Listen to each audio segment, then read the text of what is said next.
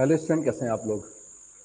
तो वर्णमाला मैं आपको बहुत ध्यान से पढ़नी है। वर्णमाला बहुत ध्यान, 15 नंबर की आएगी बेटा। कितने नंबर की आएगी? 15 नंबर की आएगी। ठीक है। वर्तनी शुद्धि आपकी 5 नंबर की है। वर्तनी शुद्धि कितनी है? 5 नंबर की।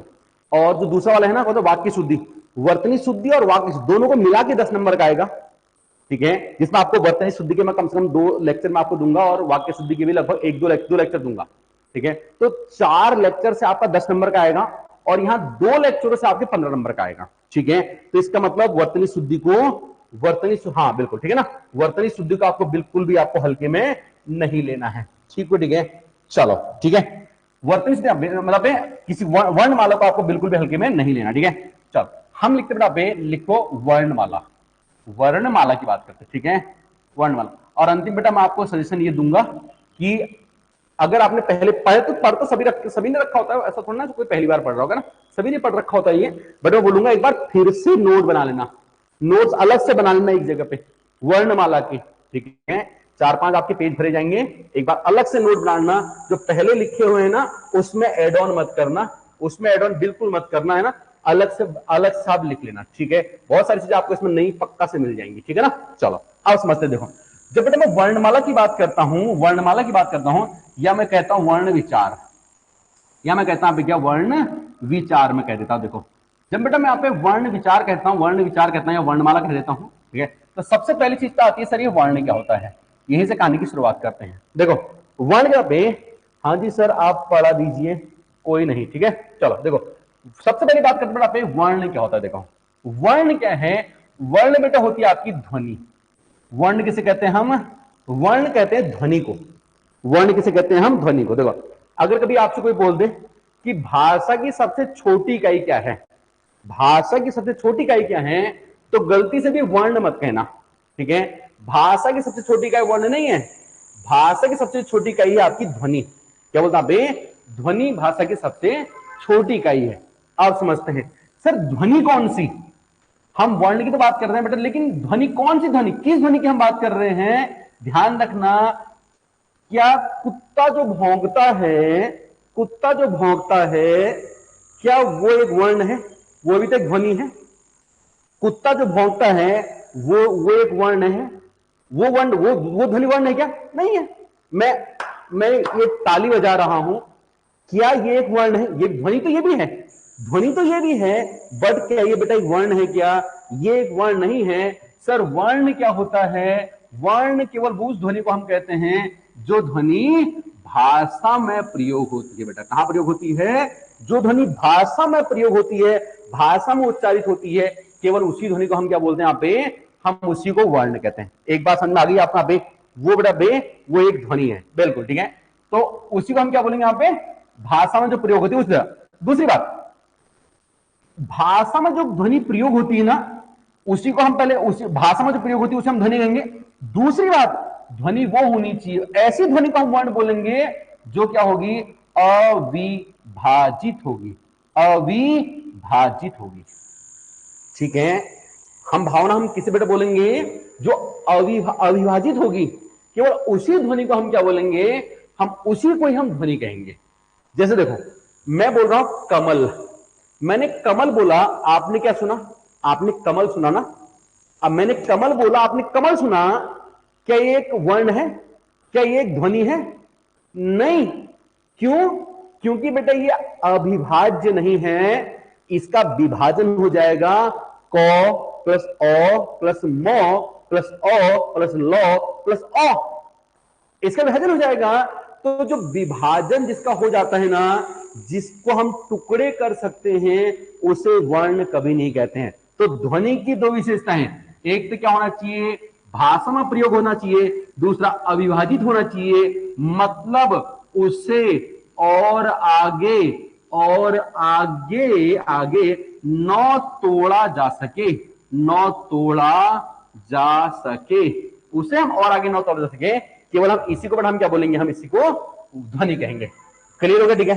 सबको ये बात समझ आ गई है, जिसे हम और आगे हम ना तोड़ सके। अब देखो ये मैंने लिखा पे ओ बेटे क्या आपका बे? ओ क्या आपका बे? ओ को हम और आगे तोड़ सकते हैं क्या? ओ को हम और आगे नहीं तोड़ सकते हैं।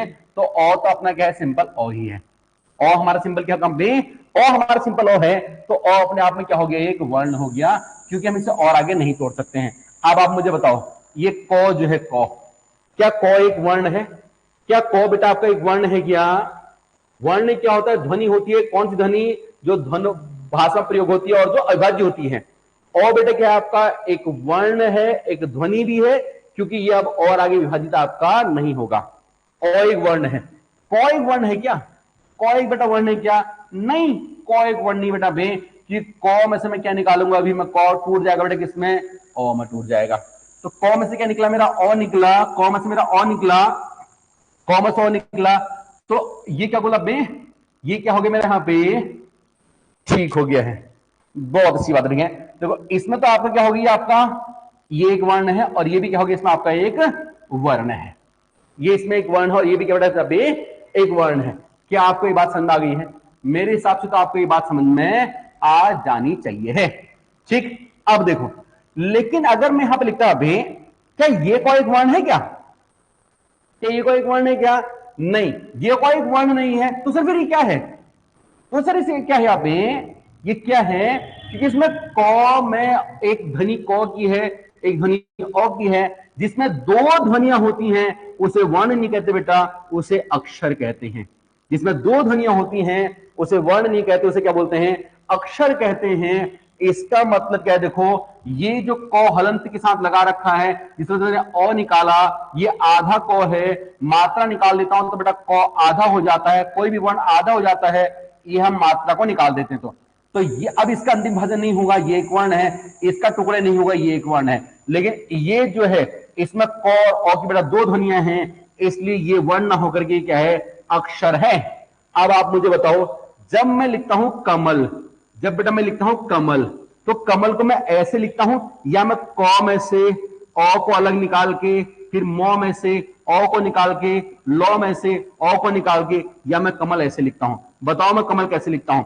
कमल में ऐसे लिखता हूं कि कमल में ऐसे लिखता हूं? भाई मैं कमल तो ऐसे लिखता हूं ना, कमल तो ऐसे लिखता हूं। इसका मतलब क्या है? ये कमल किस भाषा में लिखा गया है? देवनागरी में लिखा गया है। इसका मतलब सर क्या है? देवनागरी जो आपकी लिपि है वो वर्णात्मक नहीं है, वर्णों में नहीं लिखी जाती सर, किस में लिखी जाती है? अक्षरों में। तो देवनागरी लिपि बेटा कैसी है आपकी? अक्षरात्मक, अक्षरात्मक लिपि है, ये आप ध्यान रख लेना। देवनागरी बेटा लिपि कैसी है आपके यहाँ पे? अक्षरात्मक लिपि है, ये वर्णात्मक लिपि नहीं है। क्या आपको ये बात समझ में आ गई है? मेरे हिसाब से तो आपको ये बात समझ में आ जानी चाहिए। तो देखो, ये को आपका वर्ण नहीं है, लेकिन सर आपका ये को एक वर्ण है या नहीं है? ये को वर्ण है कि नहीं है? ये को तो एक वर्ण है, इसके और आगे आप टुकड़े नहीं हो सकते हैं। ये आपका क्या है? आपका बे वर्ण है। क्या आपको बात समझ आ गई है? मेरे हिसाब से तो आपको ये बात समझ में आ जानी चाहिए है। अब जरा से एक बात समझो, देखो मैंने लिखा, एक इंपॉर्टेंट बात लिखा मैंने, आ। मैंने बेटा इंपॉर्टेंट क्या लिखा है? एक मैंने इंपॉर्टेंट आ लिखा। आप जरा मुझे ये बताओ, ये जो आ है ये एक ध्वनि है या नहीं है? ठीक है, आ जो है ये एक वर्ण है या नहीं है? क्या आप मुझे बता सकती हो ये आ जो है एक वर्ण है या नहीं है? एक बात समझो, देखो यहाँ पे आ हमारा ओ प्लस ओ में हमारा ये टूट जाता है, टूट जाता है हमारा आ, हमारा और में टूट जाता है। लेकिन क्या मैं इसे तोड़ूंगा? लेकिन आ को क्या तोड़ा जाएगा? भाई आ को हम क्यों तोड़ेंगे? एक बार आप खुद सोचो। देखो इस कौ को हम क्यों तोड़ रहे हैं? इस कौ को तो हम इसलिए तोड़ रहे हैं क्योंकि आधे कौ की हमें जरूरत पड़ती है। आधा कौ अगर मुझे क्या लिखना है तो मुझे आधे कौ की आवश्यकता पड़ती है, इसलिए मुझे इस कौ को मैं तोड़ करके कौ प्लस ओ में करूंगा। अब इस आ को मैं क्यों तोड़ूंगा बताओ? अगर मैं इसे तोड़ूंगा तो मेरा क्या बनेगा? ओ निकलेगा ना, ओ प्लस ओ निकलेगा। अगर मुझे ओ प्लस, अगर मुझे ओ ही चाहिए तो ओ तो मेरे पास ऑलरेडी है। आधा कौ तो मेरे पास नहीं था, आधा कौ तो नहीं था मेरे पास, इसलिए मुझे यहां से मैंने आधा कौ निकाला। लेकिन ओ तो मेरे पास ऑलरेडी है, तो मैं आ को तोड़ूंगा जबरदस्ती काहे के लिए? आ को बनाया ही इसलिए गया है ताकि मैं इसका यूज कर सकूं, ना कि इसे तोड़ सकूं। आप एक तो इसे ऐसे समझ सकते हैं, एक तो आप इसे ऐसे समझ सकते हैं कि आ को जो है तोड़ा नहीं जा सकता है, आ को हम तोड़ नहीं सकते हैं। दूसरी एक बात और समझो, देखो आपको ये बात सुन के थोड़ा अजीब लग सकता है, बट वास्तविकता ये है कि आ जो है ना, वास्तविकता जो आ है ना बेटा, आ जो है ये आपका ओ प्लस ओ है ही नहीं ना, आ जो है ओ प्लस ओ है ही नहीं है। एक बात सोचो, देखो जरा ध्यान से देखो, देखो अगर मैं ओ और मैंने लिखा ओ, इसे आप क्या पढ़ोगे? ओ पढ़ोगे ना, ओ है ये, ओ है ये, ओ। क्या ये किसी भी हालत में ये इसे आप आ पढ़ सकते हो क्या? ओ को आप आ पढ़ सकते हो क्या? ओ ये तो ओ है ना भाई, ओ पढ़ेंगे इसको, ओ पढ़ेंगे इसको, इसे आ थोड़ी पढ़ेंगे। जब ओ और ओ आ है ही नहीं, ओ और ओ मिलके आ बन ही नहीं रहा है, तो और ओ मिलके आ क्यों बन गया है? कहां से बन गया ये? इसका मतलब क्या है? देखो इसका मतलब बेटा आपका ओ एक अलग ध्वनि है, आ एक अलग ध्वनि है। बस बात यह है जब हम संधि का प्रयोग करते हैं, संधि का, वहां पर बेटा हम क्या करते हैं? ओ प्लस ओ बना के हम दीर्घ संधि बनाते हैं। वर्णमाला से इसका कोई संबंध नहीं है। क्लियर हो गया? ठीक है। हाँ, जब संधियों की हम बात करेंगे, पाणिनि की हम अष्टाध्यायी की बात करेंगे, हम माहेश्वर सूत्र की बात करेंगे, हम जो संधियां हैं उनके सूत्र की बात करेंगे, तो वहां पे ओ प्लस ओ जो है आपका आ होएगा। ये कैसे होगा इसको हम वहां बात करेंगे। बट ध्वनियों की हम जब बात कर रहे हैं, हम वर्णमाला की बात कर रहे हैं, तो बेटे यहां पे आपका ओ धन ओ आपका आ नहीं होता है। कैसे होएगा भैया? देखो ओ के पीछे मैं अगर ओ लगाऊंगा तो उसे आ थोड़ी पढ़ेंगे, इसको ओ आ थोड़ी पढ़ेंगे भाई, इसको ओ पढ़ा जाएगा।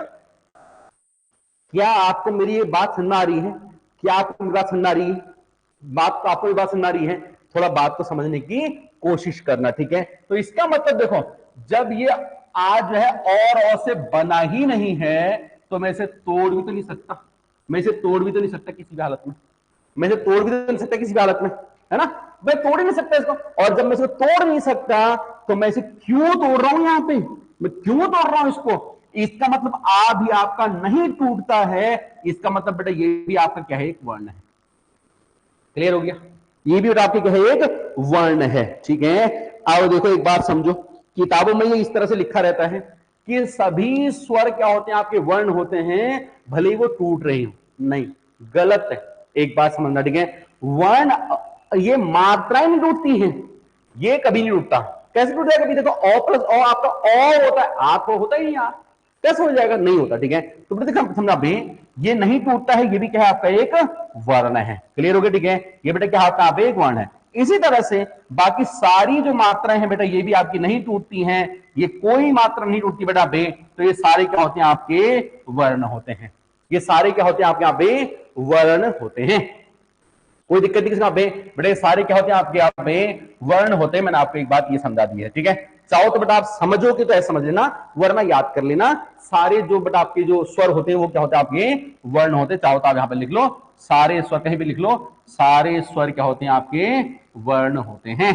सारे स्वर वर्ण होते हैं, क्योंकि इन्हें हम तोड़ नहीं सकते हैं। क्या आपको ये बात समझ में आ गई है? मेरे हिसाब से तो आपको ये बात समझ में आ गई होगी, ठीक है? चलो देखो, ये तो बेटा कहां तक गया? अ से लेके कहां तक गया? औ तक। अब देखो दो और बच गए ना अपने, दो भाई बच गए हैं। कौन सा बच गया? एक बच गया आपका यहाँ पे क्या? अंक। आपको नीचे लिखना है अंक, ठीक है? अब आप मुझे बताओ, क्या ये एक वर्ण है या नहीं है? क्या ये एक वर्ण है या नहीं है? क्या ये एक वर्ण है या नहीं है? तो मुझे बता सकते हैं आप क्या? क्या ये एक अनुस्वार जो है, इसे हम क्या बोलते हैं? अंक को क्या बोलते हैं? इसको इसे अनुस्वार कहते हैं। अनुस्वार, अनुस्वार, अनुस्वार, ठीक है? याद रखना, अनुस्वार भी तो एक ध्वनि है, अनुस्वार भी तो एक ध्वनि है। अरे मैं अंक बोलूंगा तो आप अंक सुनोगे ना, और इसे तोड़ूंगा थोड़े ना, तोड़ूंगा नहीं इसको, स्वर, इसे स्वर को थोड़ा तोड़ा जाता है, भले ही ये आगत है, उस बात की कोई मतलब नहीं है हमें यहाँ पे, ठीक है? तो बेटा ये भी क्या है आपका बे? अक्षर बिल्कुल नहीं बेटा, याद रख लेना, अक्षर नहीं है। अक्षर केवल क्या होते हैं? आपके जो व्यंजन होते हैं ना, व्यंजन, क से लेकर के ये जो आपके व्यंजन होते हैं बेटा मौ तक, फिर इनको व्यंजन कहते हैं बेटा। ये व्यंजन, ये स्वर ही है, स्वर ही है, बट ये आगत स्वर है बेटा। क्या स्वर है ये? इसे हम आगत स्वर कहते हैं, आगत स्वर कहते हैं, ठीक है? और इसे भी हम तोड़ेंगे नहीं, बिल्कुल नहीं तोड़ेंगे। ऐसे ऐसा काहे के लिए? अगर हम इसे तोड़ते तो इसको लेके ही क्यों आते हम? इसकी जरूरत है, हम इसे तोड़ नहीं सकते, हम इसकी हमें ऐसे ही जरूरत है हमें इसकी। भाई तोड़ेंगे तो क्या बनेगा आपका, ये आपका अ है और ये आपका मात्रा, ये अंक ये लगा हुआ है ना। अब एक अगर मैं इसे तोड़ूंगा तो भाई मुझे एक बात है, मैं तोड़ूंगा क्यों इसको, क्योंकि इसकी मुझे जरूरत, अंक की ही जरूरत मुझे यहां पे है। वो फिर से एक अलग मैटर हो जाएगा कि इसमें उच्चारण कौन सा हो रहा है, अंक का। ठीक होगा, ठीक है सर, ये वर्ण होगा, बिल्कुल बिल्कुल, मैं वही बताना चाह रहा हूं बेटा, सारे स्वर वर्ण होते हैं, उसमें आगत और इनका कोई मतलब नहीं। ठीक है, तो अनुस्वार बेटा क्या है, अपने आप में एक वर्ण है सर, कौन सा वाला, आगत स्वर है, बट ये भी अपने आप में क्या है, एक वर्ण है। सारे स्वर वर्ण होते हैं, तो इसके सामने भेदभाव का के लिए ये वर्ण है बेटा। आपका जो विसर्ग होता है, विसर्ग आपका, विसर्ग ये आपका विसर्ग है, विसर्ग बेटा अपने आप में क्या होता है, एक वर्ण होता है। ठीक हो, ठीक है, विसर्ग कितना होता है, ये वर्ण। एक बात समझे, देखो आप यहां पे देखो, स्वर कितने होते हैं सर, स्वर कितने होते हैं, स्वर आपके होते हैं 11 स्वर, स्वर कितने होते हैं आपके, 11 होते हैं। ठीक हो, ठीक है, और ये दो बेटे क्या होते हैं हमारे, आगत स्वर होते हैं, हम इन पे अभी थोड़ी देर में हम बात करते हैं। ठीक हो, ठीक है, चलो देखो, ये तो आपका अनुस्वार हो गया, ये आपका अनुस्वार हो गया, ये आपका विसर्ग हो गया। देखो विसर्ग हो गया, विसर्ग जो है ये बना कैसे, वी प्लस बेटा किससे बनाइए, सर्ग से। वी प्लस बेटा किससे बना बे, वी प्लस सर्ग से बना बे। वी का मतलब होता है विशेष, विशेष। सर्ग का मतलब होता है रचना, रचना या बेटे क्या होता है बे, रचना बोलेंगे या बोलेंगे सृष्टि, सृष्टि। ठीक है, तो विसर्ग का मतलब होता है विशेष, जिससे बेटा जिसकी सृष्टि यानी कि रचना हुई हो, उसे विसर्ग कहते हैं। विशेष रूप से बेटा इसकी रचना हुई है अहो की, इसलिए हम इसे तोड़ेंगे नहीं, हम इसे तोड़ेंगे नहीं बेटा, ये टूटता नहीं है, और ये भी अपने आप में क्या है, एक क्या वे, एक वर्ण है, ये आप ध्यान रखिएगा। सबको बात समझ में आ गई नहीं आ गई है, यहां तक कोई दिक्कत नहीं किसी को। तो अभी तक बेटा आपको क्या समझ में आ गया आपका बे, आपको सब समझ में क्या आ गया है, स्वर कौन कौन है अभी तक, देखो सॉरी, वर्ण कौन कौन है, वर्ण कौन कौन है बताओ भैया, वर्ण कौन कौन है। आपको मेरे ख्याल से 3 वर्ण पता चल गए हैं, सारे स्वर वर्ण होते हैं, अभी स्वरों की बात कर रहे हैं। दूसरा देखो, अनुस्वार वर्ण होता है, अनुस्वार वर्ण होता है, ये आपका वर्ण है। विसर्ग वर्ण होता है, विसर्ग वर्ण होता है। ये 3 बातें पता चल गई, यहां तक कोई दिक्कत है, 3 बातें पता चल गई, चल गई आपको, ठीक है। तो बेटा विसर्ग भी क्या है कहां पे, एक वर्ण है, मैंने आपको एक बात ये समझा दी है। ठीक है, नोट करके लिख लो भैया, वर्ण कितने हो गए हमारे अभी तक यहाँ पे, 3, स्वर, अनुस्वार, विसर्ग। सर क्या और भी कोई वर्ण होता है क्या, बिल्कुल होता है, अरे ये भी तो आपका एक वर्ण है, क भी तो आपका एक वर्ण है। तो वर्ण देखो, एक बात समझा पे, और ये क है क्या, ये क क्या है सर, व्यंजन। सर क क्या है, ये व्यंजन। देखो ये वाला क हलंत वाला ये तो व्यंजन है, लेकिन जब इसमें अ की मात्रा लगा दूंगा और मेरा ये क बन जाएगा, अब क्या हो गया बेटे, यही व्यंजन आपका अक्षर हो जाता है। यही व्यंजन क्या हो जाता है आपका पे, अक्षर हो जाता है।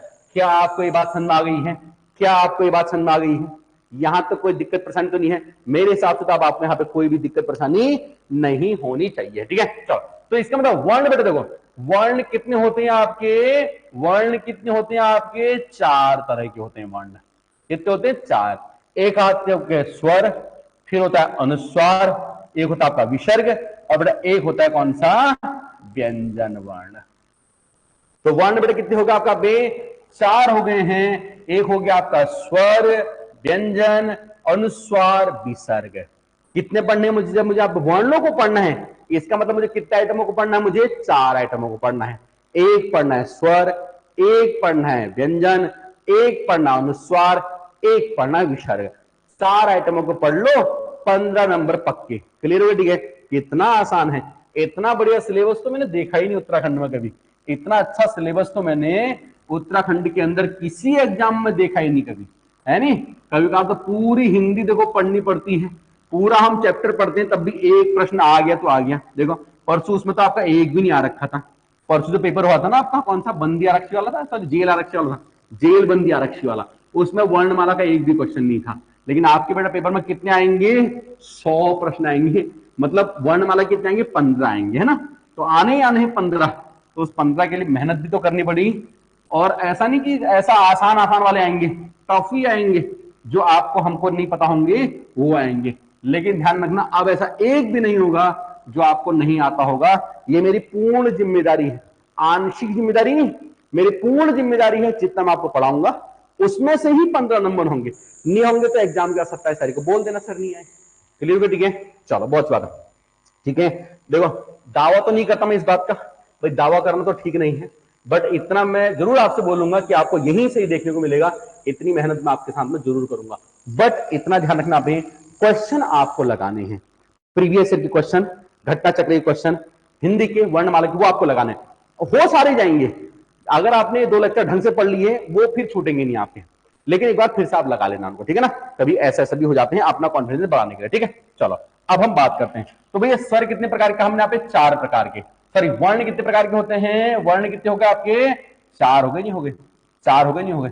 कौन से सर, यहाँ पे पहला स्वर पढ़ेंगे, फिर पढ़ेंगे व्यंजनों को, फिर पढ़ेंगे थोड़ा सा विसर्ग, क्या पे अनुस्वार के बारे में, अनुस्वार के बारे में, अनुस्वार अलग से नहीं, ये तो इन्हीं के साथ में ही हो जाता है, जब ये पढ़ेंगे तो ये पढ़ेंगे, जब ये पढ़ेंगे इनके साथ में ही पढ़ेंगे ना, और एक आपका विसर्ग, एक आपका विसर्ग होता है, अलग से कुछ नहीं होता है, बट लिखने को 4 होते हैं आपके।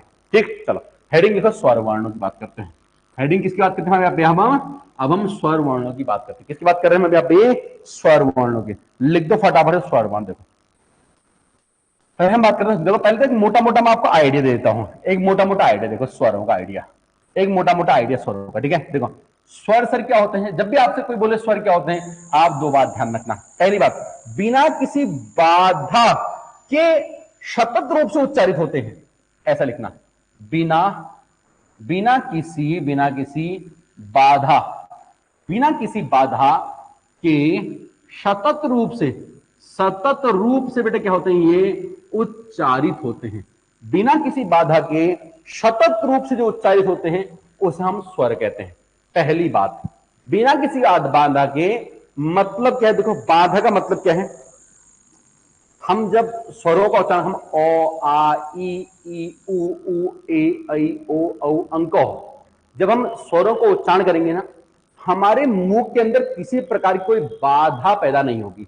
ये बाधा क्या होती है मैं भी आपको समझाता हूं। देखो मैं बोलता मैंने बोला पौ, मैं पौ बोला पौ, तो मतलब पौ बोला ना, तो मेरे होंठ जो है ना, इन्होंने एक बाधा पैदा करी, पौ। जब तक ये दोनों होंठ मेरे मिलेंगे नहीं, मैं इनको खोलूंगा नहीं, तब तक आप पौ नहीं बोल सकते हैं। तो होंठों ने क्या किया, बाधा पैदा करी, तब मेरा पौ बाहर निकला। तो इसका मतलब जो पौ है, जो व्यंजन है, वो एक बाधा से बाहर निकल रहा है। इसी तरह से सारे जो व्यंजन होते हैं वो किसी ना किसी बाधा से निकलते हैं। आप उधर क, आप क बोलोगी ना, तो आपके गले में एक बाधा पैदा होगी, आपका गला थोड़ी देर के लिए बंद होगा, फिर वो खुलेगा, तब आप क बोल पाओगे। क, ख, ग, घ, अंग। आप जब क, ख, ग, घ, अंग आप बोलोगे ना, आपके गले का जो हिस्सा है ना, ये आपका बंद जरूर होगा, बाधा पैदा होगी। लेकिन अ, आ, ई उ आप बोलोगे, कोई बाधा पैदा नहीं होगी, आपके वर्ण जो है ना होठ मिलेंगे, ना जीभ रोकेगी कहीं पे कुछ करेगी, कुछ नहीं होगा, ये वर्ण सीधे बाहर निकलेंगे। क्लियर हो गया? ठीक है, समझाते आगे हम धीरे धीरे करके बातें करते हैं। ठीक, बिना किसी बाधा के सतत रूप से क्या होते हैं, ये उच्चारित होते हैं। पहली बात तो हम इनको क्या कहेंगे, वर्ण कहेंगे। दूसरी बात, ठीक है, दूसरा हम ये कह सकते हैं बिना किसी अन्य वर्ण की सहायता के। इसमें देखो, एक तो इसमें मुंह के अंदर किसी प्रकार की कोई बाधा नहीं होती है, और दूसरा किसी अन्य अन्य वर्ण की सहायता, किसी अन्य वर्ण की सहायता भी बेटा, यहां पे किसी अन्य वर्ण की सहायता जो है ये भी नहीं यहां पे चाहिए होते। ठीक है, किसी अन्य वर्ण की सहायता से भी ये उच्चारित नहीं होते हैं। ठीक है, किसी अन्य वर्ण की सहायता से लिख लो, सहायता, सहायता से उच्चारित उच्चारित नहीं होते हैं। ठीक है, किसी अन्य वर्ण की बेटा सहायता से भी ये उच्चारित नहीं होते हैं। क्या आपको ये बात समझ आ गई बेटा? पे आपको बात समझ आ गई है? मेरे हिसाब से समझ में आ जानी चाहिए आप वहां पे। इसे हम कहते हैं क्या, स्वर। ठीक, अब देखो बात करते हैं व्यंजन की, फिर हम एक एक करके पढ़ेंगे। व्यंजन की हम बात करते हैं, किसकी बात करते हैं? व्यंजन की बात करते हैं। देखो समझा पे, ठीक है, देखो व्यंजन जो है, ठीक है, ये क्या होता है ना, व्यंजन का बे, जो हमारा मुख है, हमारा जो मुख, ठीक है, मुख विवीर, विवीर समझते हो? मुख विवीर, विवीर का मतलब पता है? विवीर का मतलब बिल, बिल या होल। हमारा जो मुख है ना, ये मुख, ये हमारे एक बिल की तरह काम करता है। बिल समझते हो, चूहे का बिल होता है ना, चूहे का बिल, सांप का बिल, ये बिल की तरह काम करता है, ठीक है। तो व्यंजन जो है ना, ये हमारे मुख का जो बिल है ना, ये जो विविर है ना, विविर है, इससे जब ये बाहर निकलेंगे ना, तो बाहर निकलेंगे ये किसी ना किसी बाधा के बाद ये बाहर निकलेंगे, ठीक है। मुख विविर लिख लो, मुख विविर में, मुख विविर में कहीं ना कहीं, कहीं ना कहीं, ठीक है, बाधा के उपस्थित होने, कहीं ना कहीं बाधा, बाधा के, बाधा के उपस्थित, ऐसे लिख लो, बाधा के उपस्थित, उपस्थित, उपस्थित, ठीक है, हो गया। किसी कहने के बाधा के उपस्थित होने, पहले तो बेटा कहीं ना कहीं क्या होगी, मुख के अंदर बाधा होगी, बाधा होगी, उससे ही निकलेगा ये। लेकिन अगर मैं पो बोलूंगा, मैं होठ को खोलूंगा ही नहीं, तो पो बाहर निकलेगा? नहीं निकलेगा। बाधा तो है, बट बाहर कब निकलेगा व्यंजन? जब इस बाधा से मैं क्या करूंगा, बाहर निकलूंगा, ठीक है। और ऐसे लिखो, और फिर बाधा, और फिर बाधा के हटने से, के हटने से क्या होता है, ये उच्चारित होने वाला, उच्चारित, उच्चारित, उच्चारित होता है, उच्चारित होता है, ठीक है, ठीक है। क्या आपको समझ आ रही है? देखो, टफ लैंग्वेज तो नहीं लग रही आपको, ये आपको टफ लैंग्वेज तो नहीं लग रही है, मतलब एक्चुअली किताब में सीधा लिखा रहता है, स्वरों की सहायता से उच्चारित होते हैं, लेकिन बात इतनी सी नहीं है। लिखाने को मैं भी आपको इतना सा लिखा सकता हूं, बट बात इतनी सी नहीं है, बात इतनी सी नहीं है, बात थोड़ा मैं आगे समझनी होगी, ठीक है। मुख विविर में कहीं ना कहीं बेटा क्या होगा, बाधा पैदा होगी। जब आप इस बात को ठीक से समझ पाओगे ना, तभी आप समझ पाओगे अल्प प्राण, महाप्राण, विवीर, ठीक है ना, समृत, अर्धवृत, विवृत, ये आप सब तभी समझ पाओगे जब हम इस बात को समझ पाएंगे, ठीक है। स्वरों की सहायता से तो बोल ही जाएंगे ये, उसमें तो कोई इश्यू वाली बात ही नहीं है, ठीक है, ठीक है। लेकिन इसकी मुख्य पहचान ये नहीं है कि ये स्वरों की सहायता से बोले जा रहे हैं, इसकी मुख्य पहचान ये है कि कहीं ना कहीं क्या है, बाधा है। जब उस बाधा को मैं खोलूंगा, बाधा हटेगी, तब हमारा क्या होगा, ये व्यंजन निकलेगा, ठीक है। तब हमारा क्या होगा बेटा, यहाँ पे ये व्यंजन जो है वो मुंह से बाहर निकलेगा, ठीक है, एक पटाखा के तौर पे ना, पो, पो, ठीक है। तो मैं जब इसको होठ को खोलता हूं ना, तो एक हिंदी में बोलते हैं स्फुटन, ठीक है, अंग्रेजी बोलते हैं स्कैवेंजिंग। स्कैवेंजिंग समझते हो? जैसे कोई लोग बुलेट चलाते हैं, बुलेट चलाते हैं, तो आपने देखा होगा वो बीच में ना पटाखे जैसी आवाज है, पटाखे से आवाज है ना, बहुत जोर जोर से आवाज है ना, बुलेट में आवाज आती है, उसे स्कैवेंजिंग कहते हैं, स्कैवेंजिंग कहते हैं। छोड़ो उसको, है ना। तो मतलब जब हमारा होठ एकदम खुलेगा ना, पॉ को बोले, जब वो बाधा हटती है ना, भाई देखो कहीं पे भी कोई बाधा है वो हटेगी, तो फ्लो से चीज निकलेगी ना, जाहिर सी बात है। देखो देखो, अगर आपका नदी है, देखो ये नदी है, ये नदी में पानी आ रहा था, पानी आ रहा, मैंने यहाँ पे एक बाधा लगा दी, अब ये पूरा भर गया पीछे, बाधा को हटाऊंगा तो एकदम से फ्लो होएगा ना, ठीक है। तो व्यंजनों का बिल्कुल वही सीन है, क्या जब बाधा हटती है ना, तो उसके हटने से ये उच्चारित होता है, और एकदम कैसा होता है, तीव्र उच्चारण होता है इसके यहाँ पे। जैसे इनका उच्चारण शांत होता है, देखो ओ आ ई, पो फो बो, ये स्फुटन जैसा होता है, स्कैवेंजिंग जैसा, मतलब बाधा जैसी हटी वैसी ये ढेर बहुत सारी हवा के साथ में बाहर निकलता, ठीक है। इनमें क्या होती है, हवा ज्यादा निकलती है, इनमें हवा क्या होती है, कम निकलती है। क्या आपको बात समझ आ रही है? कम मतलब इतनी इतनी कम भी नहीं, मतलब इनसे कम निकलती है। क्या आपको बात समझ आ गई है यहां तक? चलो आप देखो यहाँ पे, तो आपको दो तो आपके समझ आ गए हैं, स्वर पता चल गया आपको, व्यंजन अभी डिटेल से पढ़ेंगे। अब तीसरी चीज क्या यहाँ पे, अनुस्वार, जो आपको ऑलरेडी पता है। अनुस्वार बेटे क्या होता है आपका, ये वाला आपका, इसे हम अनुस्वार कहेंगे, ठीक है। और बेटा एक क्या होता है आपका, विसर्ग, इसे हम आगे पढ़ेंगे। ये बेटा आपको होता है विसर्ग, कोई दिक्कत नहीं है। और इन दोनों को बेटा हम लोग क्या बोलते हैं, अयोग वाहक, अयोग वाहक कहते हैं। यहां तक कोई परेशानी किसी को? अगर यहां तक कोई परेशानी है तो बता दो, वरना मैं आगे चलता। भावना बेटा यहां तक कोई दिक्कत तो नहीं है ना? अंतिम, यहां कोई दिक्कत नहीं है, यहां तक सब ठीक चल रहा है, यहां सब ठीक चल रहा है। चलो यहां तक कोई मेरे हिसाब से आपको दिक्कत नहीं होनी चाहिए।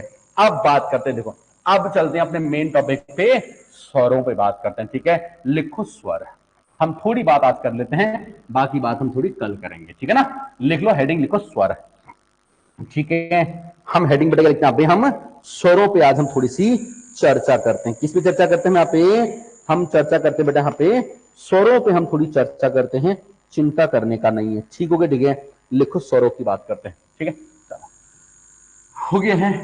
ठीक है, आगे बताइए सर, कोई प्रॉब्लम नहीं है। ठीक है, आगे ही बताना बेटा, मैं पीछे थोड़ी ना बताऊंगा। ठीक है, आगे ही तो बताऊंगा, पीछे कहां से बताऊंगा। ठीक है, चलो कोई बात नहीं, लिखो आ गया। ठीक है, आगे लिखो, आप लिखो। अब हम बात करते हैं बेटा स्वरों की बात करते हैं। देखो स्वरों की जब मैं बात कर रहा हूं, एक बात सिंपल समझ लो, हम जिन स्वरों को पढ़ रहे हैं, पहली बात तो एक लाइन यहीं पे अपने दिमाग में सेट कर लेना, हम जिन स्वरों की बात कर रहे हैं वो स्वर है हिंदी के स्वर। हम किसकी बात कर रहे हैं? हिंदी के स्वर। लेकिन हिंदी के स्वर, अंग्रेजी के स्वर, दो सॉरी संस्कृत के स्वर, हिंदी के स्वर और संस्कृत के स्वर, ये दोनों अलग अलग तरह के स्वर होते हैं और ये हमें कंफ्यूजन करते हैं, हमें कंफ्यूजन पैदा करते हैं हमारे दिमाग के अंदर। ठीक है, इसलिए हम दोनों को सेपरेट लेके चलेंगे और लड़ेंगे नहीं। सर ऐसा नहीं होता है, ऐसा होता है। ठीक है, हम ज्यादा बहस नहीं करेंगे। ठीक है, जहां पे समझ में नहीं आएगा आप उसे बोलना, क्योंकि एक्चुअली क्या होता है ना, हमारी किताब में थोड़ी सी अलग तरीके से लिखी होती है ना, तो कभी कभी हम वो कंफ्यूजन हमारी बढ़ा देती है। आप समझो, देखो हम जो बात करें आप पे लिखो, हम स्वरों की बात करते हैं, स्वरों की हम बात करते हैं, लिखो बेसिकली बेटे स्वर कौन से वाला है? हिंदी वाले स्वरों की हम बात कर रहे हैं। क्लियर हो गया? ठीक है, चलो पहली बात तो आप ये समझ लो, ये हिंदी और संस्कृत के स्वरों में अंतर क्या होता है, पहले तो ये समझ लेते हैं ताकि हमको चीजें आगे क्लियर होती रहे। ठीक है, देखो यहाँ पे हिंदी के और अंग्रेजी के स्वर, देखो हिंदी और संस्कृत के, पहले मैं लिखता हूं यहाँ पे संस्कृत के स्वर। देखो संस्कृत क्या होते हैं, संस्कृत के स्वर कौन से होते हैं? संस्कृत के आपके स्वर होते हैं ओ, आ, ठीक है, छोटी बड़ी, जिनको आप जानते हो, छोटी बड़ी, छोटाऊ, ठीक है, छोटाऊ, बड़ाऊ, बड़ाऊ, ठीक है, री, री मैं ये लिखता पे, ए, आई, ओ और औ, ये तो बेटा आपके हैं संस्कृत के स्वर। ठीक है, किसी भाषा, किताबी भाषा तो सर बहुत हार्ड होती है। ठीक है ना, मैं वो नहीं कह रहा हूं बेटा, है ना, उसकी मैं वो तो अलग चीज है, मतलब किताब में ना अलग अलग लिखा होता है कभी बार, है ना। आपकी देखो आपकी जो आपकी ल्यूशन किताब उसमें आपका अलग लिखा होगा। ठीक है, आप जो सामान्य हिंदी इलाहाबाद की आती है ना, उसमें आपका अलग लिखा होगा। ठीक है, हरदेव भारी में अलग है। ठीक है ना, और आपका यहाँ पे भोलानाथ तिवारी, आपकी मतलब अलग अलग किताब अलग अलग होता है। मैं तो आपको बता रहा हूं आपका एग्जाम के हिसाब से, मुझे तो आपके एग्जाम में जो 15 नंबर है उनको हिट करना है, मेरा मतलब उतना सा है। ठीक है, मुझे ज्यादा इसके चक्कर में नहीं पड़ना है। देखो तो देखो भाई, ये स्वर क्या हुए आपके, कितने स्वर हैं आपके, कितने हो गए आपके? 11। ये तो होते बेटा आपके संस्कृत के स्वर।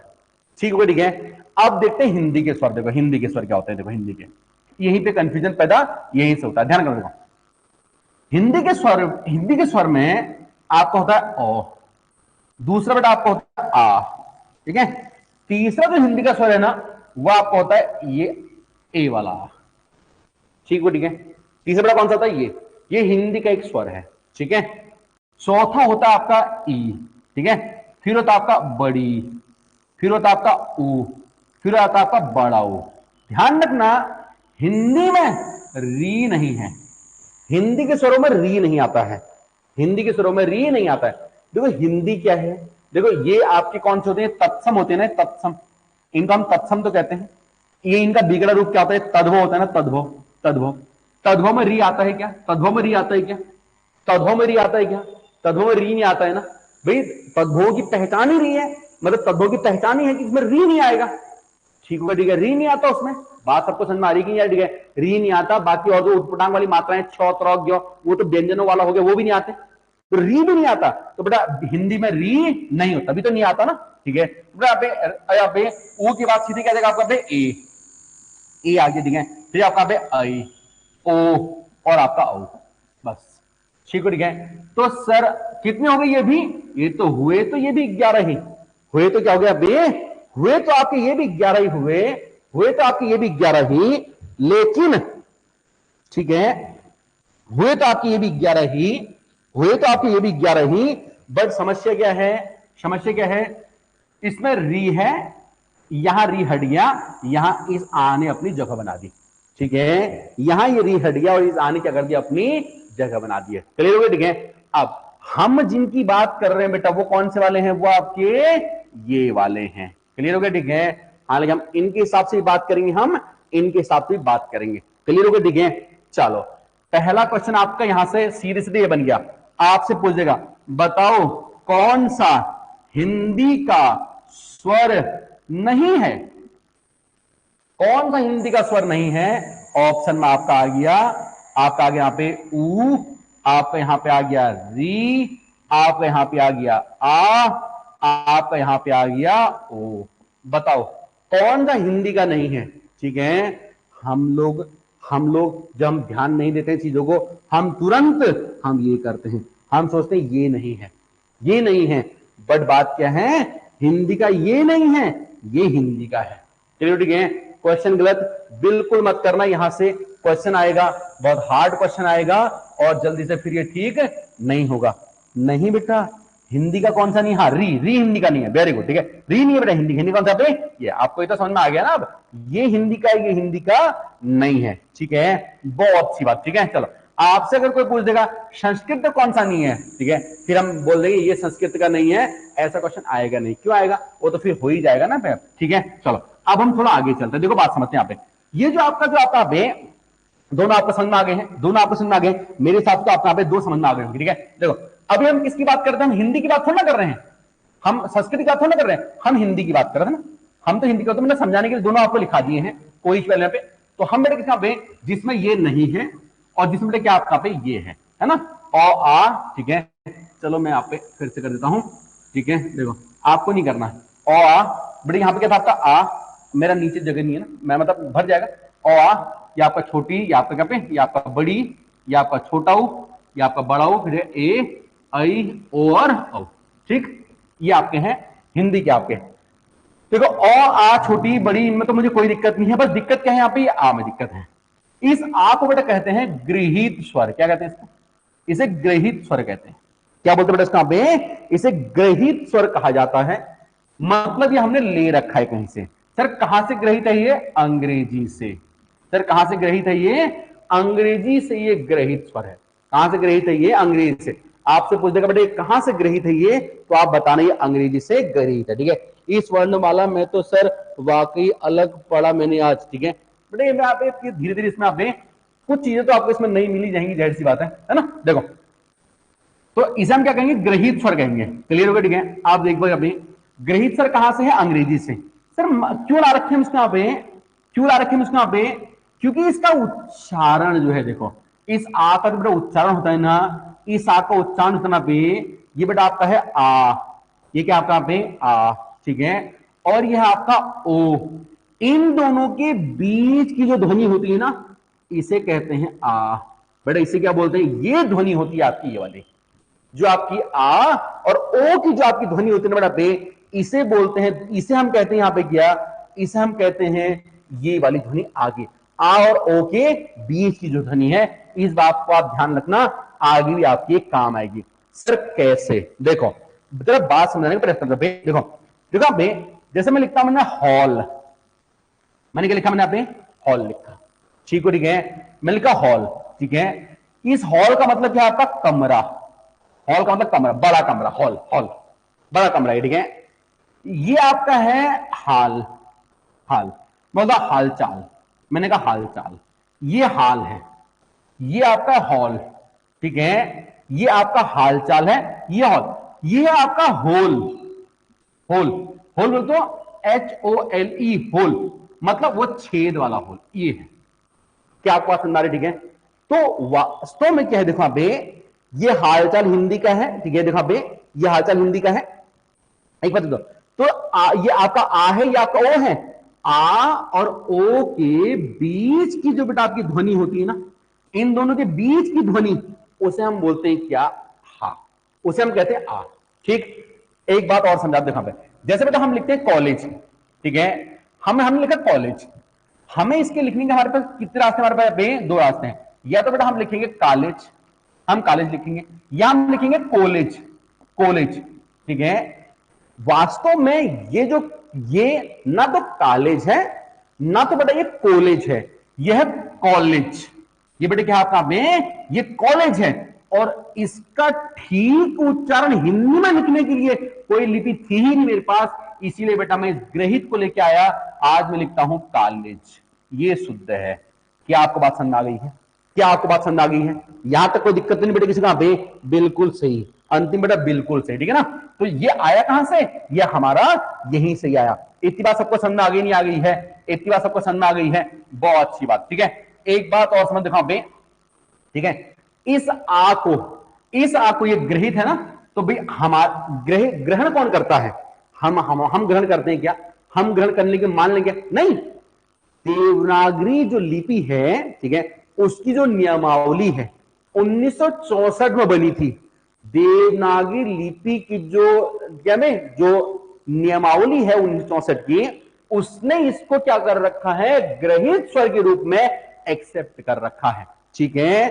तो याद रख लेना, देवनागरी लिपि की नियमावली 1964 द्वारा इस ग्रहित स्वर को क्या किया गया है? स्वीकार किया गया है, एक्सेप्ट किया गया है। आपको यहां तक बात समझ आ गई है? यहां तक कोई दिक्कत तो नहीं किसी को? यहाँ पे मेरे हिसाब से तो आपको यहाँ पे कोई दिक्कत नहीं होनी चाहिए, ठीक है। चलो अब थोड़ा सा यहाँ पे बात को थोड़ा मैं यहाँ पे आगे समझने का प्रयास करते हैं, ठीक है। देखो एक बात समझो, अब यहां पे देखो, एक बात दरअसल आपको मैं आपको यहां पे समझाना ये चाहता हूं कि जो ये हमारे कौन से वाले? हिंदी वाले। यहां से हिंदी में क्या गायब हो गया? री गायब हो गया। एक बात ये है सर, ये री गायब हो कैसे गया? एक बात थोड़ा सा आप कॉन्सेप्चुअल अगर आप समझना चाहते हैं तो ये री आखिर जो है ये गायब कहां हो गया? एक बात समझो, देखो री अभी हमारा पूर्ण रूप से गायब नहीं हो रखा है, ठीक है। याद रखना, देखो हम अभी लेखन में, भावना बेटा किसमें? लेखन में तो हम इसी री का प्रयोग करते हैं।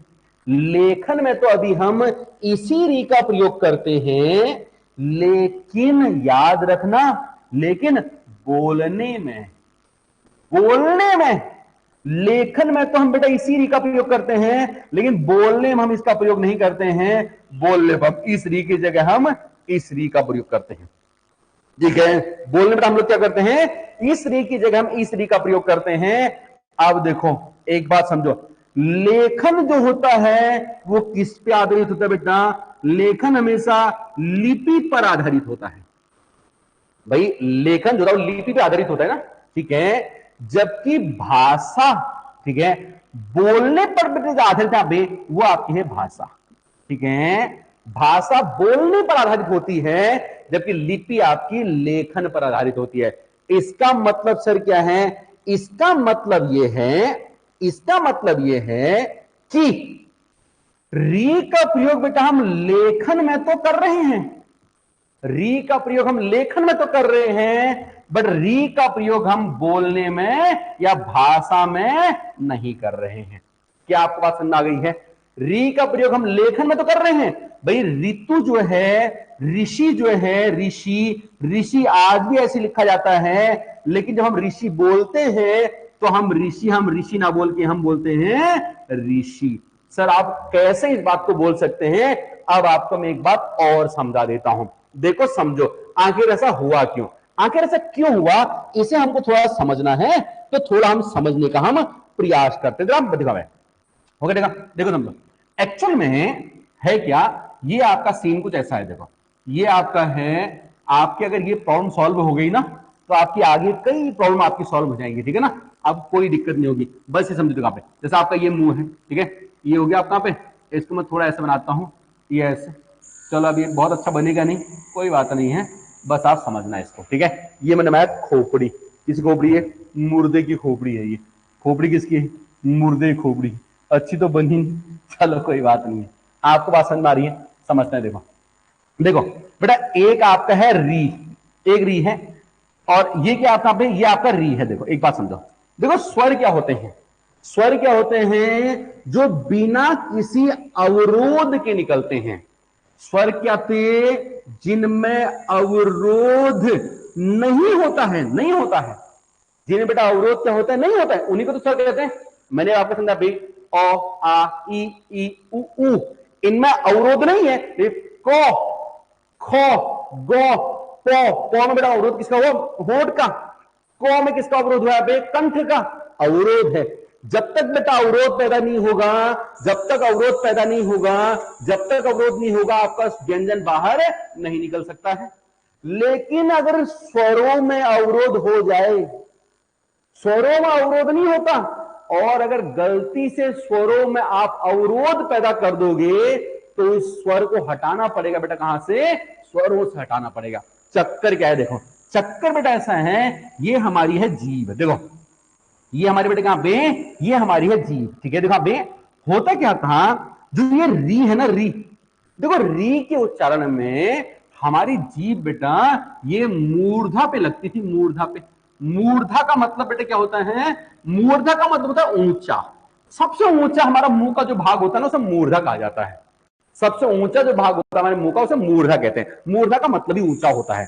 एक बात समझो, देखो यहाँ पे पहले से क्या था, जब हम री को उच्चारण करते थे ना, तो ये जीभ हमारी यहां तक नहीं जाती थी, टच नहीं होती थी यहां पे। ये टच जाएगी तो अवरोध पैदा हो जाएगा ना, टच होगी तो अवरोध पैदा हो गया ना। तो री बोलने में री, ठीक है, देखो री आप बोलोगे ना तो आपकी मूर्धा पे जीभ नहीं लगनी चाहिए है, ये आप भी नहीं लगा पाओगे, आप ऐसा नहीं कर पाओगे, क्योंकि हम लोग शुद्ध नहीं उच्चारण करते हैं ना। हम तो री कर ही नहीं रहे, हम तो इसका प्रयोग कर रहे हैं। बात आपको समझ नहीं आ रही है? देखो समझो, अगर पहले से जो ऋषि मुनि थे, जो संस्कृत में री का प्रयोग बड़ा होते, जीभ हमारी केवल यहीं तक जाएगी, री ऊपर बेटा टच नहीं होगा।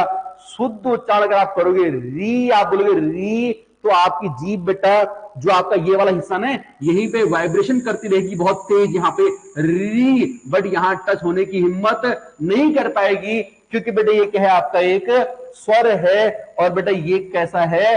अवरोध के बाद ये निकल नहीं पाएगा, बिना अवरोध से इसको निकलना है। क्लियर? लेकिन देखो अब एक बात समझो, हम जिसका प्रयोग करते हैं, ठीक है, हम बोलते हैं ऋतु, ऋतु हम बोलते हैं ऋतु, ठीक है। देखो वास्तव में तो ऋतु आपकी ये है, ऋतु आपकी ये है वास्तव में ऋतु, ठीक है। लेकिन जब हम ऋतु को हम आजकल बोल रहे हैं ना, तो हम अपनी जीभ को क्या कर दे रहे हैं? यहां टच कर दे रहे हैं। ऋतु बोलने में हम अपनी जीभ को यहां टच कर दे रहे हैं, किस वजह से? अपने उच्चारण की गलती की वजह से।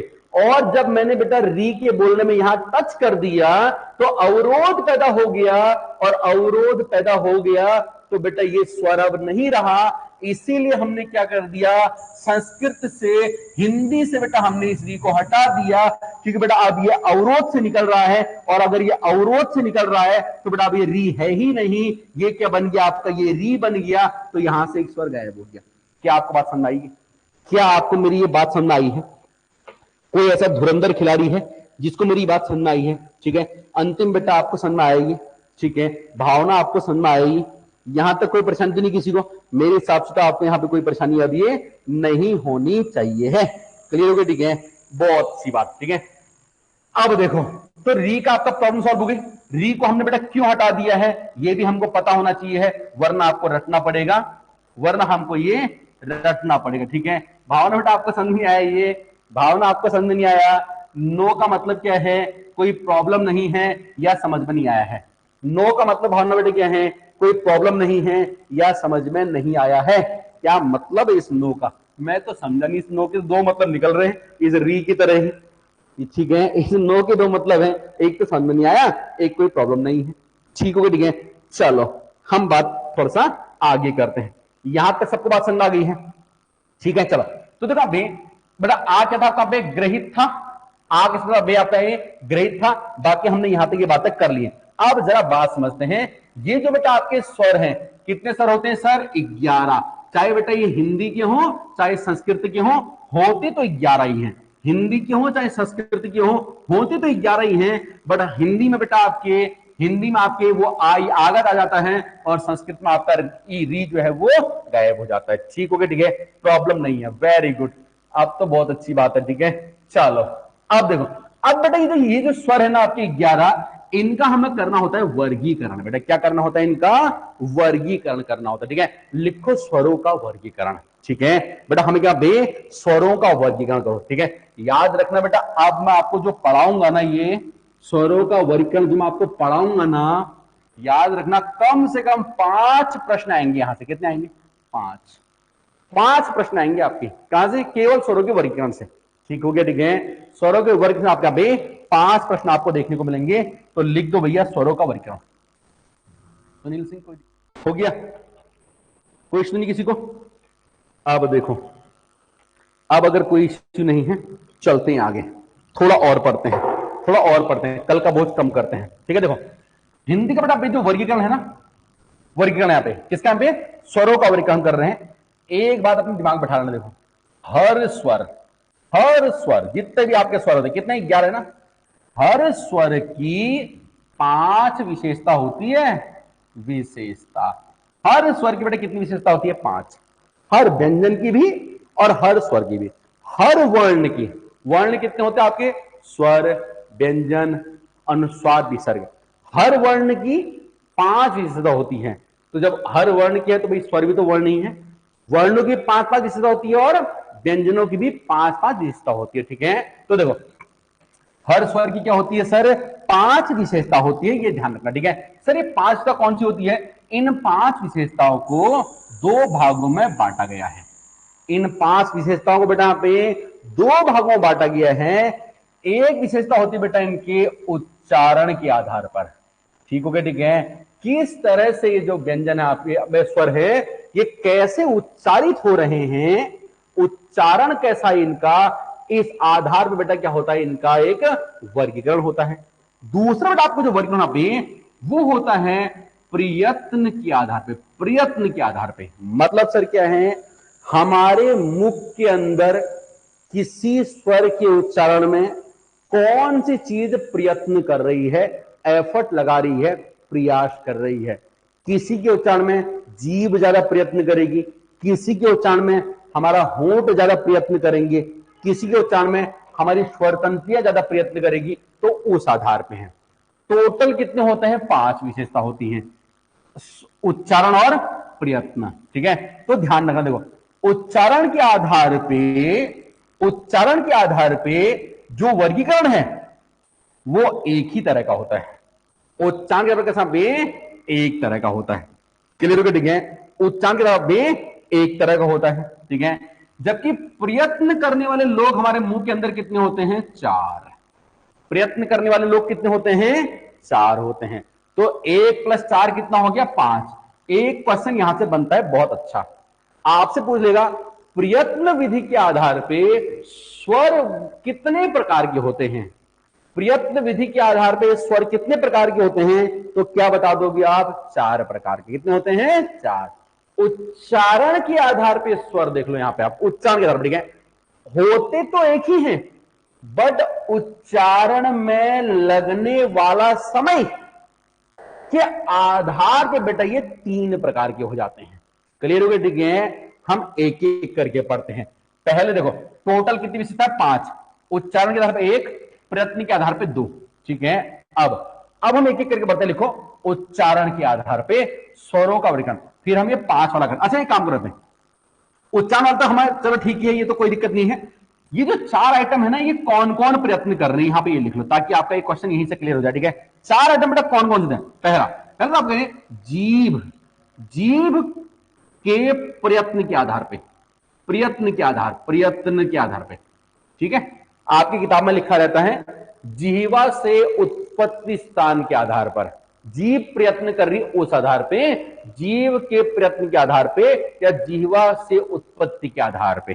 ठीक है, देखो दूसरा था मुख के प्रयत्न के आधार पे, मुख के प्रयत्न के आधार पे, जैसा मुख जैसा प्रयत्न करेगा, मुख से, मुख हमारा कैसा प्रयास करता है, कभी गोल हो जाएगा, कभी खुल जाएगा, वही विवृत समृत वाले इसी में होते हैं। ठीक हो गया, ठीक है, इसमें कौन से होते हैं, अग्र पश्च वाले होते हैं। अभी आपको मैं सारा समझाता हूं, चिंता करने का नहीं है, कोई भी कंफ्यूजन आपका रहेगा नहीं, ये मेरी पूरी जिम्मेदारी है। ठीक है, ठीक है, बस ध्यान से पढ़ लेना। ठीक है, जीव, मुख, इसका देखो यहां पे देखो, इसका एक आप यहां पर लिखो होंठ।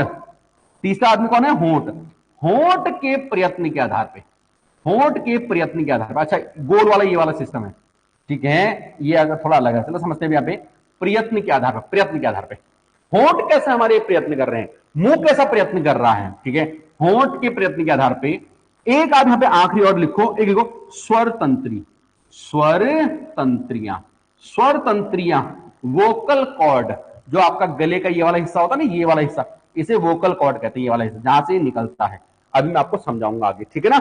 चलो आप देखो यहाँ पे, तो बेटा हम क्या करते हैं अभी, हम आज क्या करेंगे, हम आज दो को पढ़ेंगे।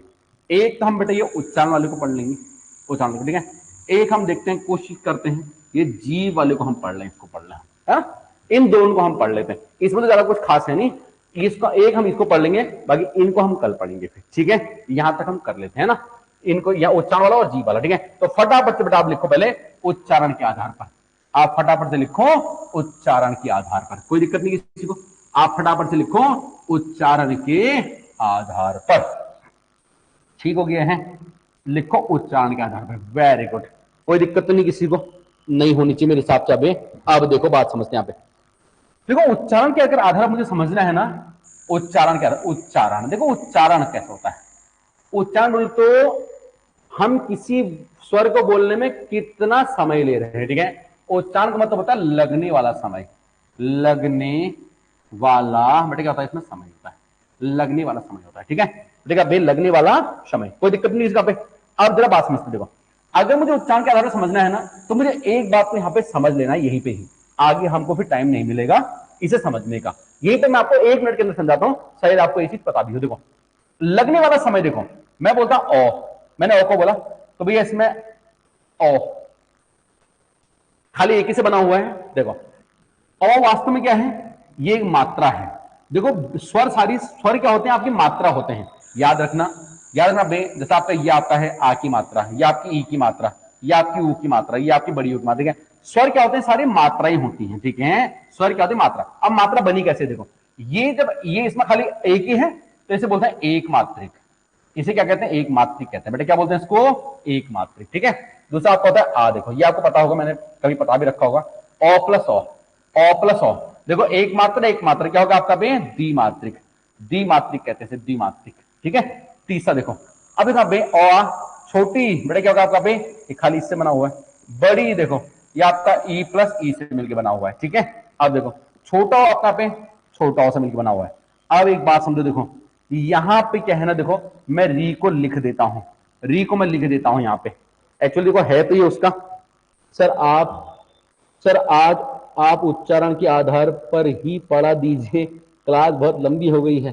चलो ठीक है, ऐसी कर लेते हैं, कोई इश्यू वाली बात नहीं है, ऐसी कर लेते हैं, मुझे कोई दिक्कत नहीं है ना, उच्चारण वाले ही कर लेते हैं बेटा ना, कोई बात नहीं, ठीक है। चलो ठीक है, यही तक कर लेते हैं आज, कल उससे आगे कर लेंगे, इसमें कोई ज्यादा इश्यू वाली बात नहीं है। जरा बात समझते, देखो हो गया, तो री हो गया बेटा पे, री, री किससे मिलकर बना हुआ, केवल री से मिलकर बना हुआ है। मैं री को फिलहाल यहाँ पे अभी जगह में दे रहा हूं, मैं इसको लिख दे रहा हूं, ठीक है ना। देखो समझे यहाँ पे, क्योंकि देखो हमको तो नंबर लेने से मतलब है ना, नंबर लेने से मतलब है। देखो री हो गया आपका बे, फिर देखो पे, फिर आपका पे ए, देखो ए क्या होता है आपका, ओ प्लस क्या होता है आपका ई, ठीक है। चलो यहीं तक करेंगे, चिंता करने का, ठीक है। ओ प्लस बेटे क्या होता है आपका पे ई, ए क्या होता है आपका ओ प्लस ई, ठीक है। देखो आई, आई बेटे क्या था आपका पे, ओ प्लस क्या था आपके, ओ प्लस ए, ओ प्लस ए। देखो बेटे पे अभी जो आपका ये ए है ना, ये आपका ओ प्लस ए है, कितनी मात्रा इसमें भी, द्विमात्रा, द्विमात्रिक बेटा ये होता है, ये भी आपका द्विमात्रिक है, ठीक है।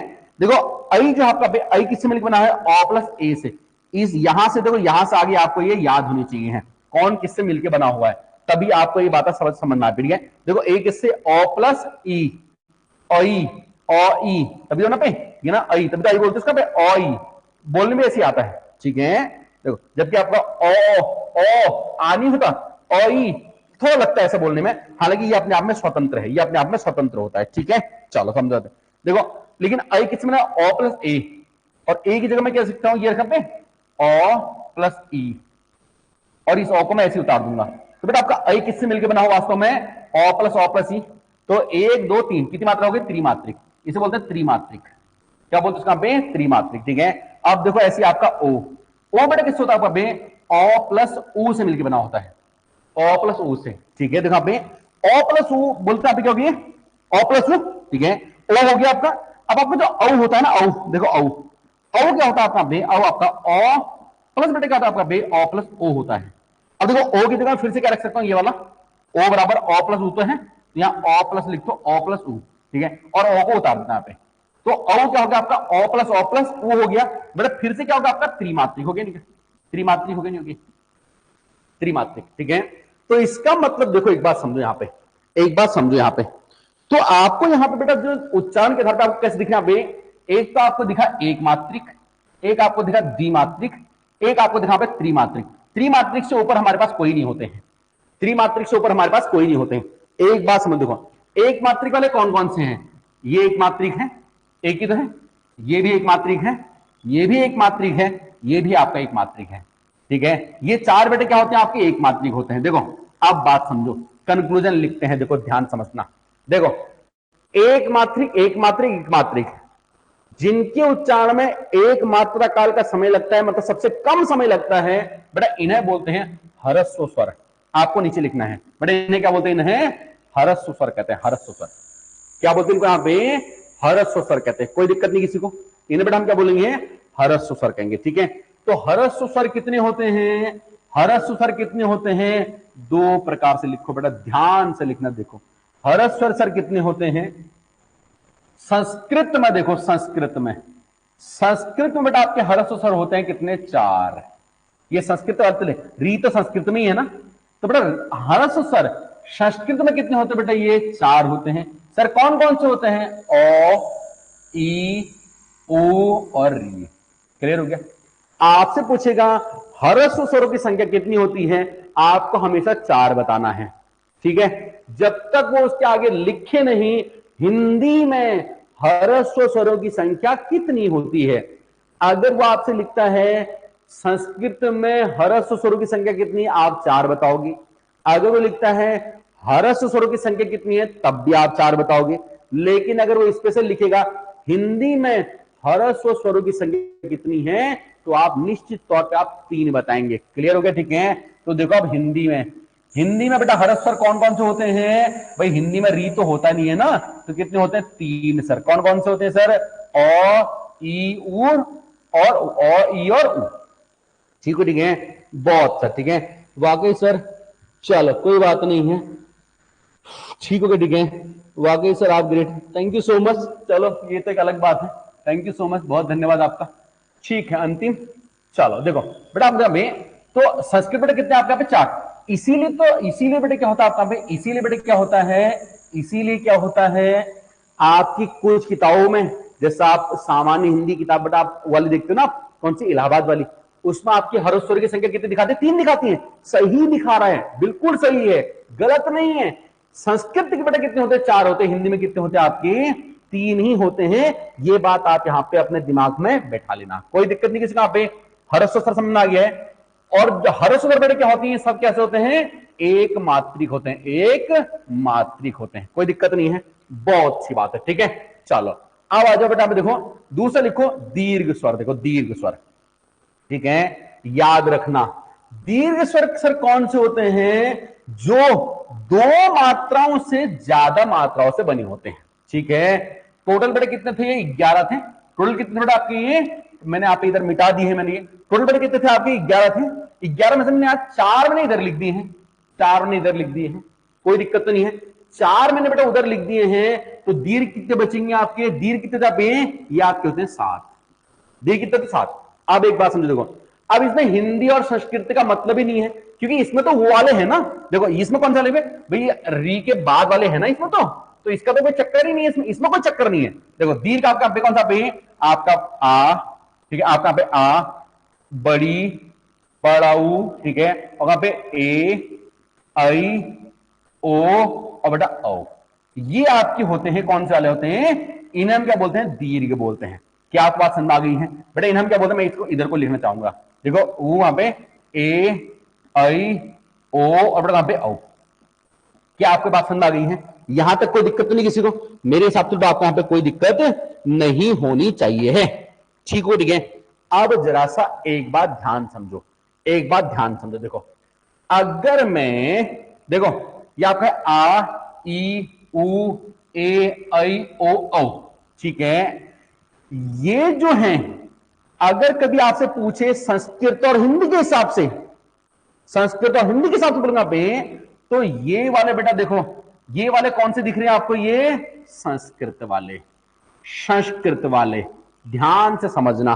ठीक है, ध्यान समझना। देखो संस्कृत में संस्कृत में री आता है, लेकिन री बेटा कहां चला गया आपका, यहां चला गया, यहां पे।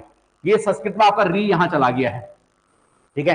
देखो टोटल कितने होते हैं आपके, टोटल आपके 11 होते हैं ना। किसी को अच्छा कंफ्यूजन तो नहीं हो रहा है यहाँ पे, मेरे हिसाब से तो आपको कंफ्यूजन होना नहीं चाहिए है, लेकिन देखो फिर भी हम बेटा दो तरह से कर रहे हैं। चलो हम दीर्घ को भी हम दो तरह से कर देते हैं, संस्कृत और हिंदी, इसको भी मैं दो कर देता हूं, होते तो है ही, देखो करते हैं। संस्कृत बेटा कौन सा था आपका भाई, ई आ ई उ ए ऐ ओ औ, ठीक हो गया है।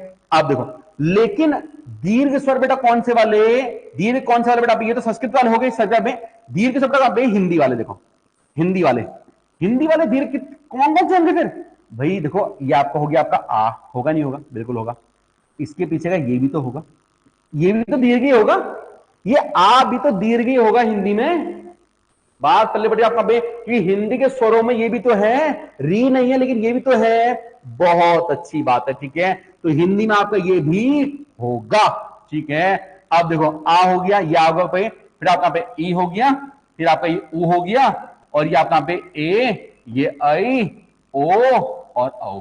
सर क्या समझ में आया, क्या समझ में आया आपको, कुछ आपको समझ में आया क्या? एक बात आपको ध्यान समझ में आ जाना चाहिए, हिंदी में दीर्घ स्वरों की संख्या बेटा कितनी होती है, 8 होती है। हिंदी में ह्रस्व स्वरों की संख्या कितनी होती है सर, 3 होती है, तभी तो 8 और 3 टोटल 11 होंगे। जबकि संस्कृत में ह्रस्व स्वर की संख्या किस सर कितनी होती है, 4 होती है, और दीर्घ स्वर कितने होते हैं, 7, तभी तो 7 4 ये भी 11 होते हैं, टोटल तो 11 है।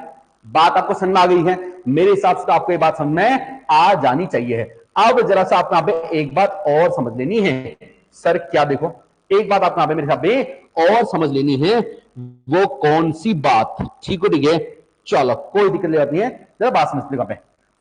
तो ये कितने हो गए मेरे पे, ये कितने यहाँ पे 8, ये 8 है, और ये कितने आपके यहाँ पे 7, ठीक हो गया, ठीक है। ये बेटा किसके, आपके संस्कृत के, ये किसके आपके यहाँ पे हिंदी के, ठीक है। ये कौन सा हो गया, आगत। अब एक बात ध्यान समझो, बहुत ध्यान से, क्या जो बेटा आपके दीर्घ है ना, जो आपके दीर्घ हैं, ठीक है, ये जो दीर्घ हैं ये दो प्रकार के होते हैं, दीर्घ दो प्रकार के। देखो एक बात समझो, मैं लिखता हूं बेटा कौन से वाले, संस्कृत वालों की बात करो, देखो संस्कृत वालों की, कंफ्यूज मत होना। देखो अगर कंफ्यूज होगे तो फिर आपको यहां भी दिक्कत होगी, एग्जाम में भी दिक्कत होगी, इसलिए संस्कृत वाले दीर्घ बोलते बेटा कौन से, मैं इन दीर्घों की बात कर रहा हूं, इनकी बात, ठीक है।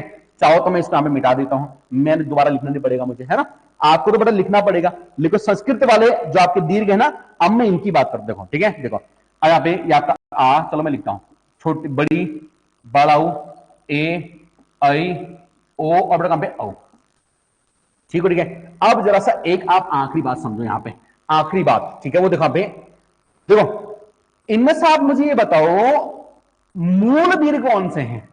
मूल दीर्घ का मतलब, मूल दीर्घ का मतलब जो एक ही जाति के दीर्घ से मिलकर बने हुए हैं। देखो ये आपका प्लस ओ, ये ई प्लस ई, ये ऊ प्लस ऊ है, चलो ठीक है। तो ध्यान बेटा आप रख लेना, ध्यान आप रख लेना, ये आपका अ ई ऊ जो होता है ना, इसे हम बोलते हैं मूल दीर्घ, इसे हम क्या कहते हैं सर, मूल दीर्घ कहते हैं। क्या आपको बात समझ में आ गई है? मेरे हिसाब से तो आपको ये बात समझ में आ जानी चाहिए है। कौन से सर, ये मूल दीर्घ हम इन्हें कहते हैं, क्या बोलते हैं, मूल दीर्घ कहते हैं। मैंने आपको एक बात ये समझा दिया, ठीक है।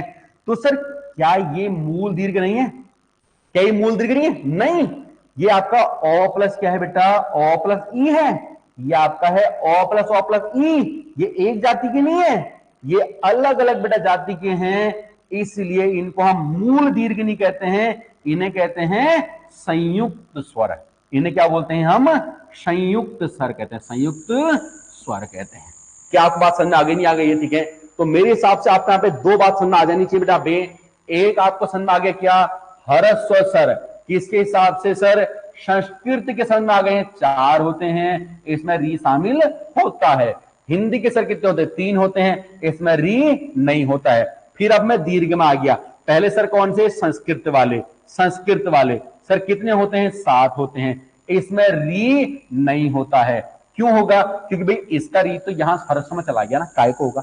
हिंदी के देखो दीर्घ सर, इसमें हमारा एक ऐड हो जाता है, ये वाला री तो यहां भी नहीं होगा भाई, दीर्घ री तो होगा तो ह्रस्व में होगा, नहीं होगा तो नहीं होगा, री तो है ही नहीं। लेकिन बेटा आपका यहाँ पे जो ये है ना, जो कहना आपका बे, ये आपका जो आ है, क्लियर हो गया? ठीक है, ध्यान से नापे। ये बेटा जो आपका आ है ना, ठीक है, ये हिंदी के दीर्घ स्वरों में बेटा क्या हो जाता है, शामिल हो जाता है। और हिंदी के दीर्घ स्वर बेटा कितने आपके 8 है, कोई दिक्कत नहीं है। अब देखो जो जो आपके बेटा दीर्घ स्वर होते हैं ये दो प्रकार के होते हैं। एक होते बेटा मूल दीर्घ स्वर। मूल दीर्घ स्वर पता कौन से, जिनसे बेटा आपकी दीर्घ संधि बनती है। दीर्घ संधि इन्हीं से तो बनती है दीर्घ संधि। हालांकि बेटा दीर्घ संधि देखो री से भी बन जाती है, री से भी बनती है दीर्घ संधि, ठीक है, लेकिन री दीर्घ स्वर नहीं है। री से दीर्घ संधि बन जाती है, फिर भी री दीर्घ स्वर नहीं है। ऐसा काय के लिए, ऐसा बेटा हम इसको संधि में पढ़ेंगे, ठीक है, क्योंकि उसके लिए बेटा फिर आपका दीर्घ संधि का सूत्र काम करता है, अकह सवर्णे दीर्घ। इसके हिसाब से बेटा, इसके हिसाब से, चलिए ठीक है। और अकह सवर्ण बेटा दीर्घ जो है ये पाणिनि के माहेश्वर सूत्र पे काम करता है। माहेश्वर सूत्र पे काम करता है। इसको अगर मैं यहां भी नहीं बोलूं तो ही ज्यादा अच्छा है, वरना आपको बहुत कंफ्यूजन होगा, ठीक है। तो आप सिंपल ये समझो, री से दीर्घ संधि बनने के बावजूद भी री बेटा एक दीर्घ स्वर नहीं है। क्यों? क्योंकि जो पाणिनि की बेटा अष्टाध्यायी है वो बंदा क्या करता है, बहुत विद्वान है, उस बंदे ने री से दीर्घ संधि बना दी। बट जो हमारे व्याकरण करता है उन्होंने री को बड़ी री का दर्जा नहीं दिया। अगर बेटा बड़ी री का दर्जा दे देते ना, तब पता है क्या होता, तब बेटा आपको जैसा आप लिखते हो ना, ओ आ, या आपका छोटा ओ है या आपका बड़ा ओ है, ठीक है, या आपका छोटी या आपकी बड़ी, ये छोटा ऊ या आपका बड़ा ऊ, ऐसी फिर आप लिखते छोटी री, फिर आप बेटा लिखते बड़ी री, ऐसा दो मात्रा लगाते हैं। होती तो है, लेकिन बेटा हम इसका यूज कहां करते हैं, केवल संधि में करते हैं। जैसे देखो हम लिखते हैं मात्र, बेटा हम लिखते हैं मात्र में एक री लगाते हैं, लेकिन जब हम मात्रण लिखते हैं ना, मात्रण, तब बेटा हम दो लगाते हैं। मात्र प्लस बेटा हम क्या बनाते हैं, ऋण बनाते हैं। री प्लस री से बेटा क्या बन गया, आपकी बड़ी री बनती है। संधि में बात करेंगे, ठीक है। चलो फिलहाल अभी समझते हैं यहाँ पे, फिलहाल बेटा अभी हम यहाँ पे समझते हैं। हमने क्या बोला, इनको हम बोलते हैं बेटा संयुक्त मूल स्वर और इन्हें हम बोलते हैं संयुक्त स्वर। क्लियर हो गया? ठीक है। आज की आखिरी लाइन लिखो बेटा, आप देखो देखो देखो, हरस्व में क्या होता है आपका, एक मात्री वाले, बेटा कौन सा एक मात्रा वाले होते हैं, एक मात्रा वाले, एक मात्रिक होते हैं।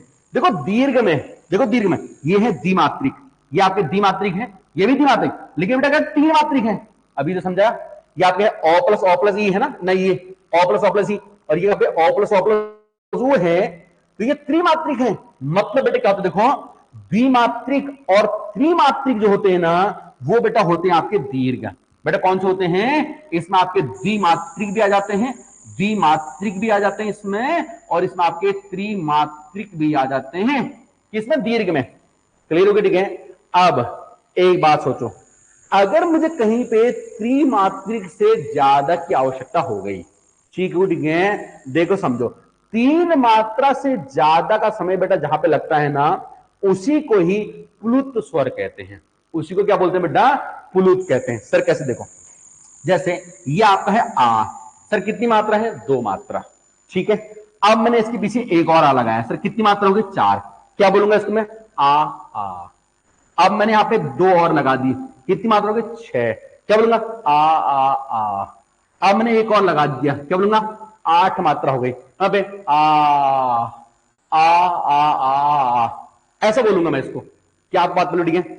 क्या सर इसकी मुझे कभी जरूरत पड़ती है, जरूरत पड़ जाती है, लेकिन देखो ये आठ मात्राओं को लिखने के लिए कोई लिपि नहीं है मेरे पास, कोई भी लिपि नहीं है मेरे पास लिखने के लिए। लिपि केवल और केवल बेटा कितनी मात्रा तक है, तीन मात्रा तक ही है। चौथी मात्रा से ज्यादा अगर कहीं मात्रा लगती है तो उसको लिखने की कोई लिपि नहीं है। चौथी मात्रा से ऊपर आप कितने भी मात्रा लगा दो, उनके लिए बेटा एक ही लिपि है, एक चिन्ह बनाया गया है, वो ये है, इसे बोलते हैं प्लुत। और बेटा इसके लिए एक और लगता है बेटा आपका ये वाला। क्लियर हो गया? ठीक है। जब भी आपका ये लग जाएगा, इसका मतलब ही उसके उच्चारण में 3 मात्रा काल से ज्यादा का समय लगेगा। ठीक है, जैसे बेटा आपने सुना होगा, हम लोग बेटा लिखते हैं, हम लोगों ने लिखा यहाँ पे, मैंने लिखा बेटा राम लिखा, ये तो आपका देखो 2 मात्रा के साथ में ही मैं इसे राम बोलूंगा, कोई दिक्कत नहीं है। लेकिन बेटा जब मैं बोल दूंगा ना, मैं बोल दूंगा राम बोल दूंगा ना, अब इसे मैं राम नहीं बोलूंगा, ये आपका है राम।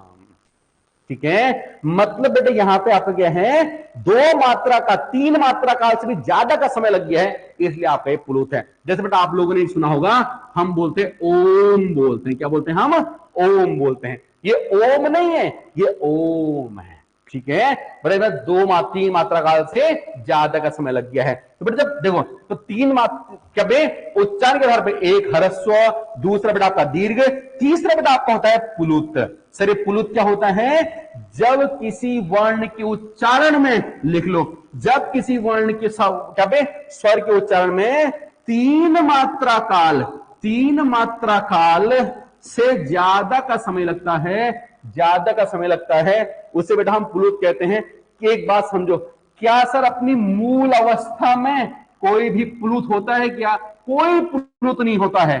इनमें से अगर किसी को भी प्लुत बनाना होगा, अगर अ को प्लुत बनाना है तो अ के पीछे ये लगाना पड़ेगा, ऊ को बनाना है तो ऊ के पीछे मुझे ये वाली मात्रा लगानी पड़ेगी, मतलब जो इसका चिन्ह है। ठीक है, अगर ई को बना दे तो ये मैं ई बोलूंगा, इसको इसे मैं ऊ बोलूंगा, इसे मैं अ बोलूंगा। क्लियर हो गया? ठीक है, क्या आपको बात समझ आ गई, नहीं आ गई है? तो अपने मेरे कहने का मतलब क्या है, 3 मात्रा काल से बेटा जब ज्यादा का समय लगता है उसे हम प्लुत कहते हैं। और दूसरी बात यह है, मूल रूप में, अपनी वास्तविक रूप में कोई भी स्वर प्लुत नहीं होता है, लेकिन सभी को प्लुत बनाया जा सकता है। कैसे बना सकते हैं? इस प्लुत चिन्ह के आधार पे।